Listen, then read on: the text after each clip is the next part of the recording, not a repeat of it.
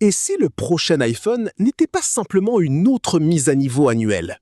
Et si Apple verrouillait discrètement une direction qui façonne tout pour la prochaine décennie? Parce que c'est exactement le changement qui se produit ici. Avec la gamme iPhone 18, il ne s'agit plus de petits raffinements, c'est quelque chose de bien plus grand. Apple divise l'expérience iPhone en deux chemins distincts. Et celui que vous choisissez pourrait en dire plus sur votre avenir que vous ne le pensez. Cette année, le changement ne commence pas par quelque chose d'évident. Il commence par un détail que la plupart des gens ignoreraient, mais il en dit long. Ce orange cosmique audacieux de l'année dernière, il a disparu, complètement retiré de la gamme. Et à sa place, Apple explore quelque chose de bien plus retenu, mais étonnamment impactant. Une nouvelle finition est en test et elle signale une philosophie de design très différente pour l'avenir. La nouvelle direction tourne autour d'une teinte appelée Dark Cherry. Imaginez un rouge profond, semblable au vin, riche, discret et silencieusement frappant. Ce n'est pas une couleur qui exige l'attention instantanément, mais plus vous la regardez, plus elle vous attire.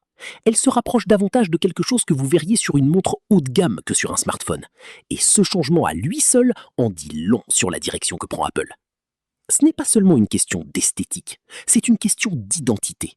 Apple semble poursuivre à nouveau cette couleur unique qui définit tout, celle que vous associez instantanément à toute une génération d'appareils. Aux côtés du Dark Cherry, quelques autres options sont en cours de test. Un bleu brume doux remplace les tons plus vifs d'avant, tandis qu'un gris industriel plus profond et un argent propre complètent la sélection. Mais toutes ne survivront pas. Apple ne prévoit pas de conserver chaque option, et une couleur sera supprimée avant le lancement. À ce stade, le Dark Cherry semble mener. Si cela se confirme, il pourrait devenir l'apparence signature de cette gamme. Et une fois cette décision verrouillée, elle commence à façonner la manière dont tout le reste autour de l'appareil est perçu. En surface, les modèles iPhone 18 Pro pourraient ne pas sembler radicalement différents. En fait, à première vue, vous pourriez les confondre avec la génération précédente. Mais il y a ici des raffinements subtils qui changent l'expérience d'une manière que vous remarquerez avec le temps. Ce ne sont pas des améliorations qui font les gros titres, ce sont celles qui améliorent discrètement la sensation de l'appareil au quotidien. L'un de ces changements est la Dynamic Island. Elle devient enfin plus petite. Apple retravaille la structure interne pour réduire l'espace qu'elle occupe, vous offrant plus d'écran sans interruption. La fonctionnalité reste la même, notifications, activités en direct, tout ce à quoi vous êtes habitué, mais elle semble moins intrusive, plus intégrée et finalement plus raffinée. Ensuite, il y a le design de la caméra. Apple adoucit l'ensemble du module, fusionnant les lentilles et le boîtier en une forme plus unifiée.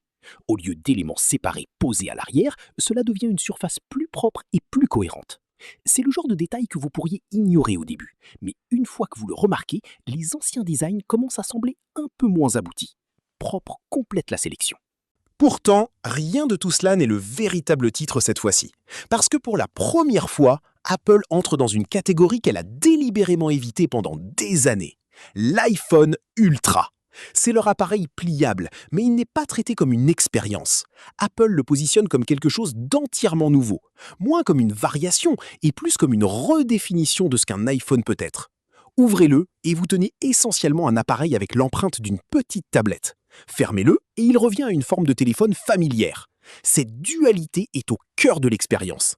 Et malgré cette flexibilité, il devrait être incroyablement fin, environ 4,7 mm lorsqu'il est déplié. Cela seul le place devant la plupart des appareils actuellement sur le marché. Ce qui est encore plus intéressant, c'est la manière dont Apple prévoit de le présenter.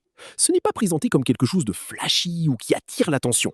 L'Ultra est conçu pour paraître premium d'une manière plus discrète.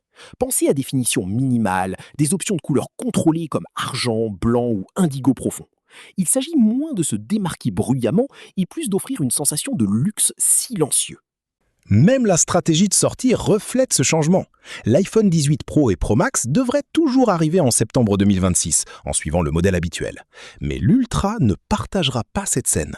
À la place, il aura son propre moment, quelques semaines plus tard, presque comme un second grand événement conçu pour maintenir l'élan. Et cela ne s'arrête pas là. Les modèles plus accessibles, comme le 18e ou la version Air ultra fine, pourraient ne pas arriver avant début 2027. Apple étend toute la gamme sur plusieurs moments, donnant à chaque sortie plus d'attention et plus de temps pour dominer l'intérêt. C'est un rythme complètement différent, et cela change la manière dont vous pensez à la mise à niveau. Ce qui ramène tout à une décision simple. Optez-vous pour quelque chose de raffiné, familier et soigneusement amélioré, comme l'iPhone 18 Pro, peut-être dans cette finition Dark Cherry, ou entrez-vous dans quelque chose de complètement nouveau avec l'Ultra. Cette fois, cela ne ressemble pas à un petit choix, cela ressemble à choisir une direction et s'y tenir.